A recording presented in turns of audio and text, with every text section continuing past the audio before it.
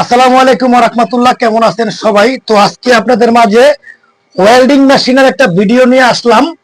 তো আপনাদের মধ্যে যারা নতুন, একেবারেই নতুন, যারা ওয়েল্ডিং করতে ইচ্ছুক এবং ভালো কোনো ভিডিও এবং ভালো কোনো লোকের কারণে আপনারা ওয়েল্ডিং এর কাজ শিখতে পারতেছেন না, তো আজকে এই সার্কিট মেশিন দিয়ে কিভাবে ওয়েল্ডিং করতে হয়, তো এটা আজকে আপনাদের দেখাবো এই ভিডিওর মাধ্যমে। তো আমার হাতে যে মেশিনটা দেখতেছেন, এটা হচ্ছে একটা 250 ওয়াটের একটা ওয়েল্ডিং মেশিন। আর এই মেশিনটা কিভাবে চালাতে হয় তো ওটা আজকে আপনাদের দেখাবো।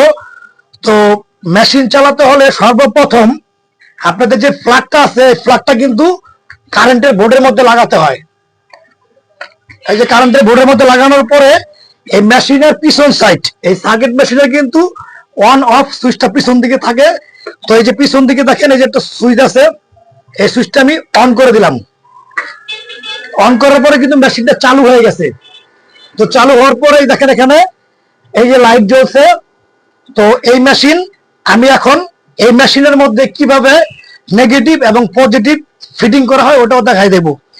তো আমার হাতে যেতে একটা হোল্ডার এবং টস, কেউ হোল্ডারও বলে, অনেকে টস বলে। তো এটার যে লাইনটা, তো এই যে হোল্ডারের যে লাইনটা, এই লাইনটা আমি আপনাদের দেখাই দিব কিভাবে এটা ফিটিং করতে হয়। তো মেশিনের সামনে এই যে যোগ এবং বিয়োগ, এই দেখেন যোগ এবং বিয়োগ মানে নেগেটিভ অথবা পজিটিভ। তো হোল্ডারটা থাকে হলো যোগ মানে নেগেটিভে, তো এই যে ঢুকাই দিলাম নেগেটিভে। আচ্ছা, তারপরে এটা হচ্ছে আর্থিং এর যে তারটা, তো এটা ঢুকাই দিলাম পজিটিভে, যে একদম সহজ, এটা আপনারা নিজেরও পারবেন। ঢুকাই দিলাম এই যে। আচ্ছা, তো এখন আপনাদের একদম সরাসরি প্র্যাকটিক্যাল ভাবে আমি দেখাই দিব যে ওয়েল্ডিং কিভাবে করতে হয়। তো ওয়েল্ডিং করতে হলে আপনার যে কোনো একটা লোহা এবং আপনি যে জিনিসটা ওয়েল্ডিং করবেন অবশ্যই ওটার মধ্যে আর্থিং লাগাতে হবে। যে আর্থিংটা কিন্তু এই যে এখানে লাগিয়ে দিলাম, এই যে আর্থিংটা কিন্তু লাগিয়ে দিলাম। তো এই যে আমাদের টস আছে, আর এখানে আছে এই যে একটা ওয়েল্ডিং রড। আপনারা এই সার্কিট মেশিন দিয়ে চিকন মোটা যে কোনো ধরনের, এভরিথিং যে কোনো ধরনের ওয়েল্ডিং রড ব্যবহার করতে পারবেন। আর এই চিকন মোটা এবং পাতলা জিনিসের জন্য কিভাবে ওয়েল্ডিং করতে হয় আজকে ওটাও আপনাদের দেখিয়ে দেব। আচ্ছা, তো যেহেতু আমার হাতে একটা অ্যাঙ্গেল আছে, এই অ্যাঙ্গেলটা হলো মিডিয়াম একটা অ্যাঙ্গেল। তো এই অ্যাঙ্গেলটার মধ্যে যদি ওয়েল্ডিং করতে হয় তখন আমার এই ভলিউমটা বাড়াতে হবে। তো এখানে আছে হলো 106, তো এটা বাড়ান, এই যে বাড়িয়ে দিলাম 140। মিডিয়াম এবং মোটা এই লোহার জন্য 130 থেকে 160 পর্যন্ত আপনার পরিমাণ মতো আপনি বাড়িয়ে ওয়েল্ডিং করতে পারবেন। তো যেহেতু এখন 100, এই যে 130-এ আছে, তো 130-এ কিভাবে ওয়েল্ডিং করতে এটা আমি দেখা দিই।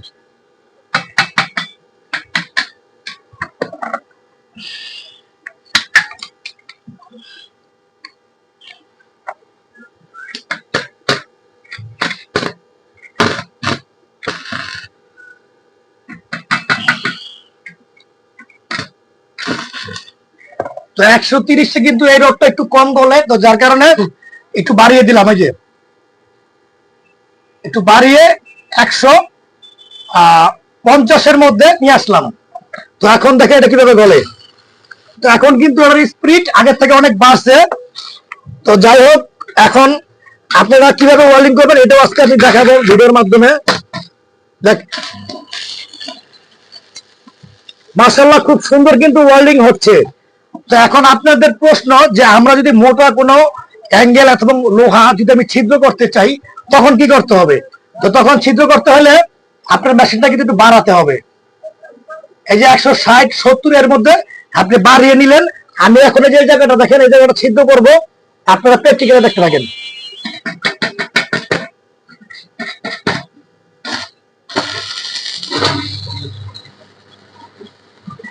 আমি কিন্তু খুব সহজেই এই লোহাটা ছিদ্র করে ফেলেছি। আপনারা অবশ্যই ছিদ্র করার সময় মেশিনের পাওয়ারটা একটু বাড়িয়ে নেবেন। আচ্ছা, এখন হচ্ছে আপনারা কিভাবে টানা ঝালাই করবেন। তো টানা ঝালাই ক্ষেত্রে এই লোহাটা ঝালাই করার ক্ষেত্রে আমি কিন্তু পাওয়ারটা একটু কমিয়ে নিচ্ছি। এই যে আমি কিন্তু 130 সামথিং এর মধ্যে নিয়ে আসছি। তো এখন আপনাদের টানা ঝালাই করে দেখাবো।